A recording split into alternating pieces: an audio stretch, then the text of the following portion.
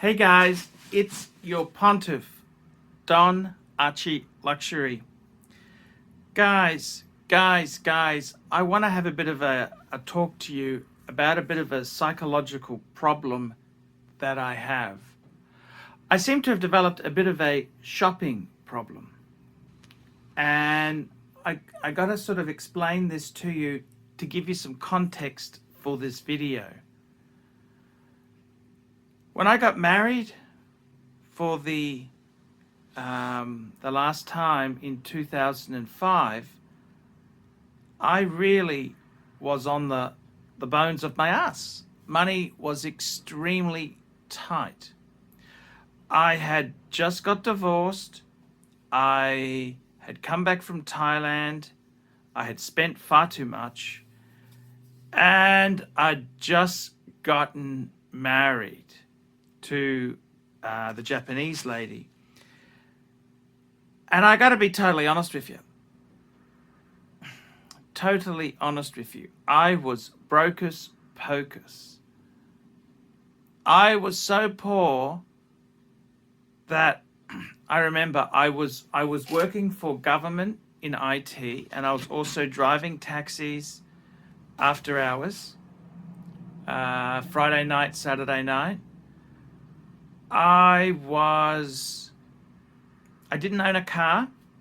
I used to rent weekly rental for an yellow cab. Instead of pulling the stickers off, they just got a can of fiddly bits in black and spray painted out where it said yellow cabs. The car had 968,000 kilometers on it, I remember. And I got married.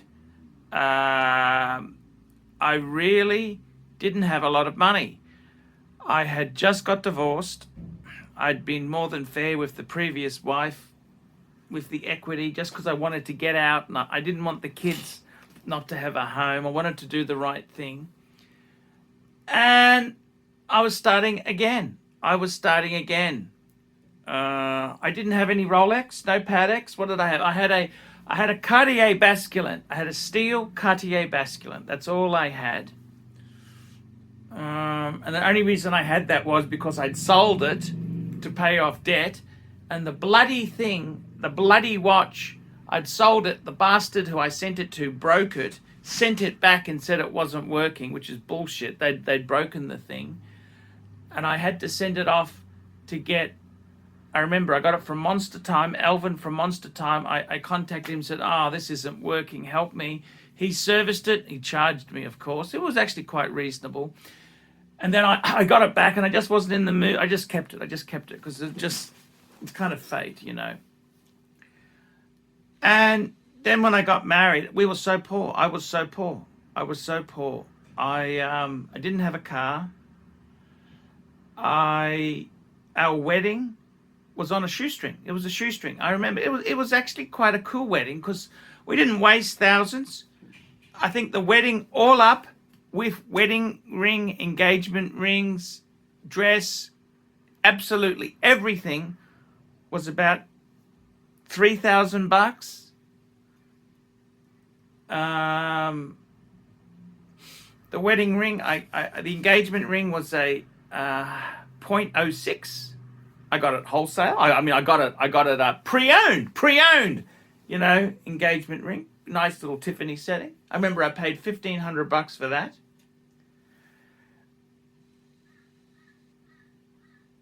And I remember I flew up to Cairns. This is before we got married. We had a bit of a pre-honeymoon. I didn't have money to pay for. I was so short of money. I had to drive the taxi during the week after work to get some money to get to the airport. I was so skinters. And I suppose what's kind of happened is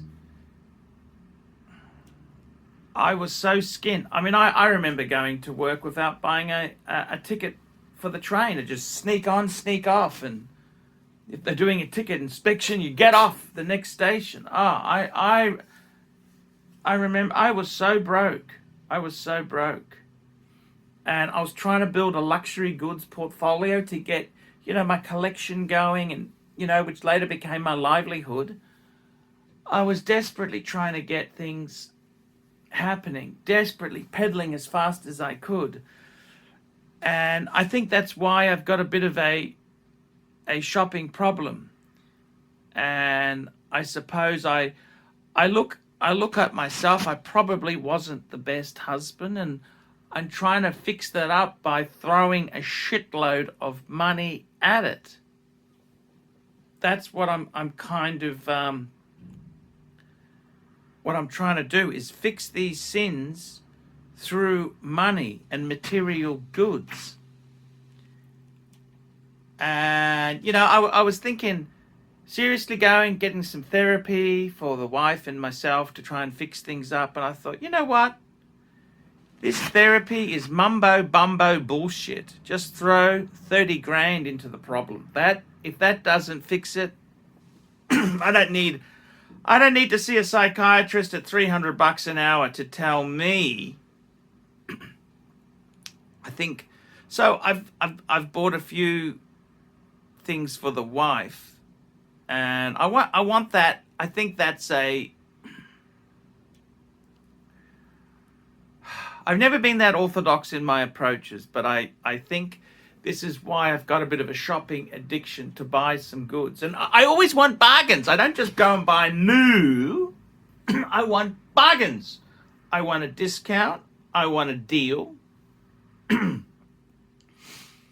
That is indeed what I want. I want a deal. So anyhow, guys, take a look at this video here.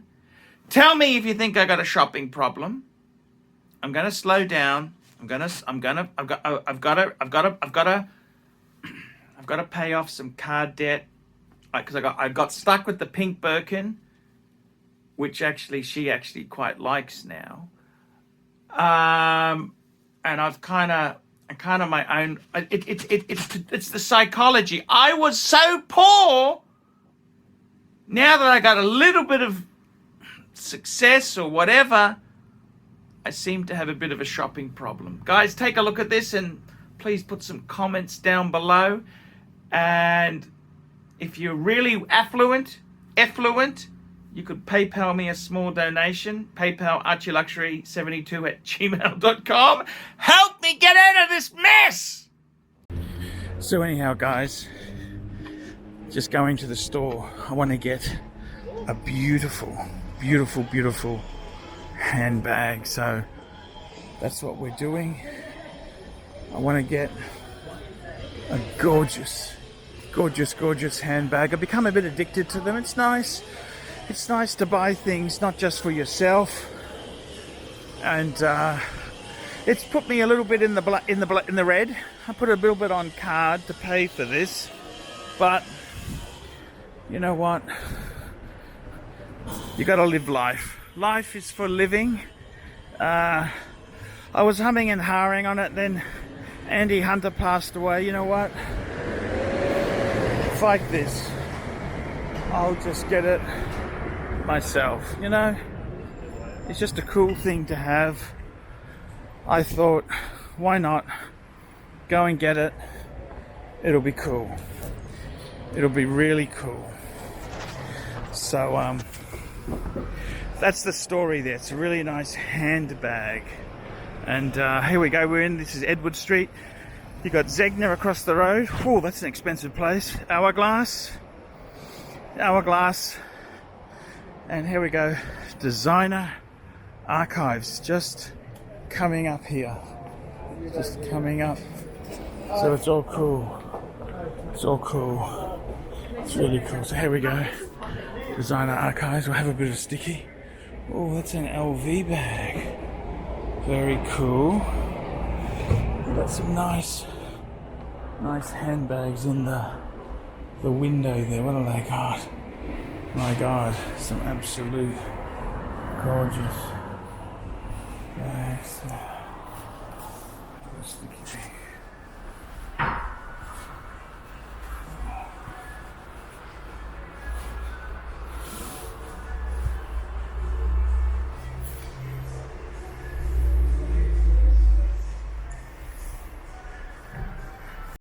Yep.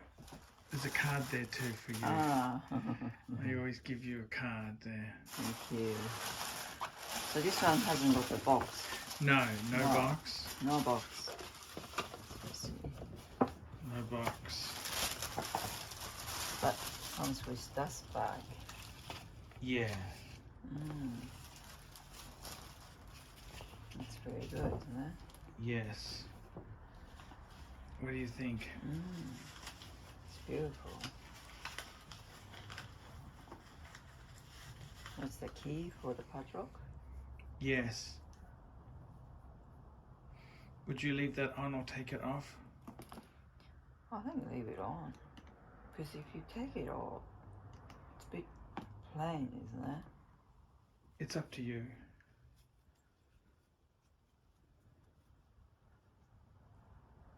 So what do you think of it? It's beautiful. So that's the key for the padlock. Keys.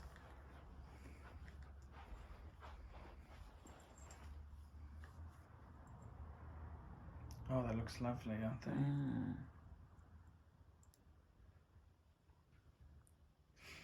So there we go. Have a look inside. Strap. They've got the receipt there too.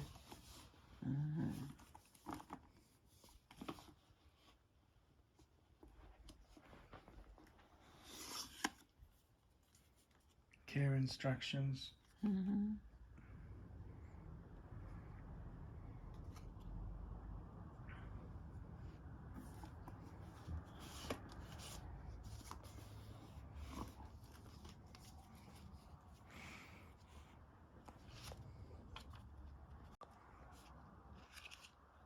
It looks lovely. What do you think? That's the receipt.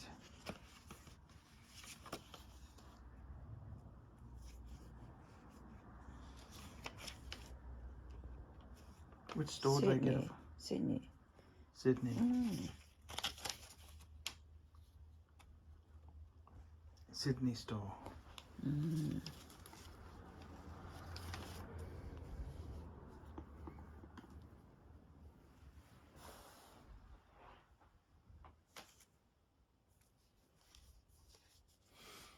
It's nice to have all that stuff, isn't it? There you go. What do you think? Beautiful bag.